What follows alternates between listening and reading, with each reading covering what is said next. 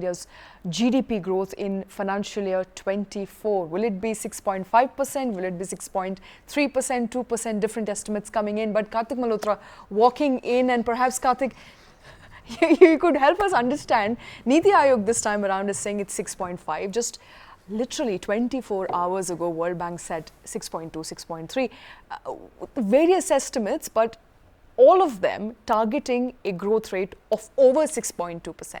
Absolutely. So, Shweta, hi, good morning to you. Good I morning. think what we are really seeing is that NITI Aayog is not saying something new. It is just reiterating what the RBI has said already. And RBI's growth projection for India's GDP for FY24 is pegged at 6.5%. Now, NITI Aayog is just reiterating that, and I think the response comes, the statement comes maybe, a couple of hours after the World Bank report, which suggested that India will grow at just about 6.3% or so.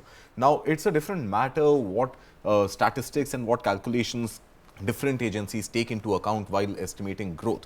But one thing is for certain, that even 6.5% is not enough. Not enough. Because 7.6% to 8% is the target for us to become a $5 trillion economy by the turn of the decade, and to become a developed economy by 2047, which is 100 years of our independence, termed as Amrit Kal, the last 25 years up to 100. So, overall, whether it's 6.3, whether it's 6.5, whether it's 6.8, even if it is 7.2, something that we achieved in the last financial year, it's well short of the target of 7.6%, which we require to grow. Now, what are some of the stumbling blocks which of course, the NITI Aayog has also identified, but are common knowledge as well? We've seen the PMI index that released yesterday showing that month on month, the manufacturing output has slowed down. It is still growing, not growing at the same clip as it was earlier.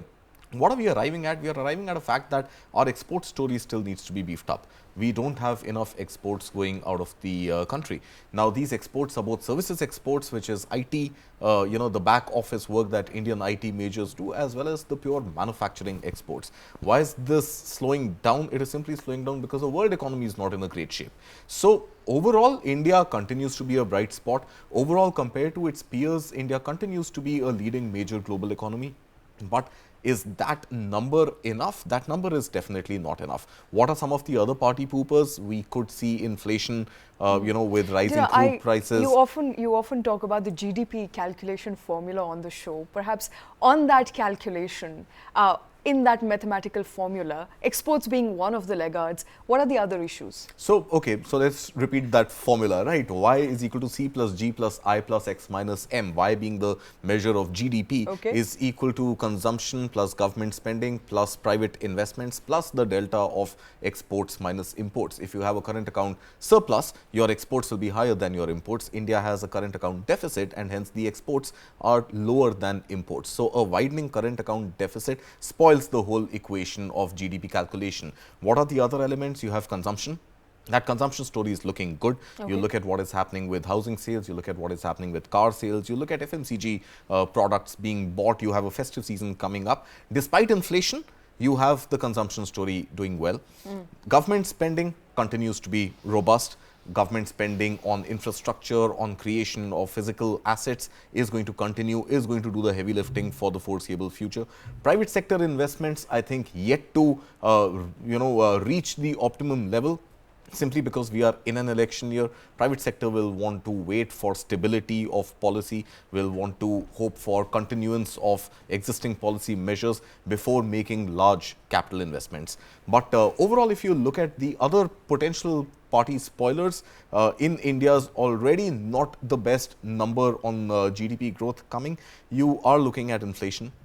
You have the RBI MPC kickstarting today until Friday, and Friday is when we will see if there is any change in the rate stance that the RBI has taken, which is a pause right now. So, inflation could be one. Inflation could become a double whammy with rising crude prices globally, and of course, consumption, given it is an election year, given we are entering a festivity season, is likely to pick up, and hopefully, the 6.5% figure should be achieved. But even if it is 6.4, 6.3 or 6.7, 6.8, we are well below the target of 7.6. All right. And if we are to be a $5 trillion economy by the turn of decade, we are expected to grow or should be growing at 7.6% or so. That's not happening, at least not in the upcoming financial year. And every year that you miss that target, the burden of growth for the next year multiplies. So, absolutely. you know, it's not a simple arithmetic calculation that we grew 0.2% lower this time, a 0.2% is going to offset that. It'll be a multiplier of 0.3, 0.3, 0.5 or something. Absolutely. And NITI Aayog, they're predicting that India will grow at 6.5%.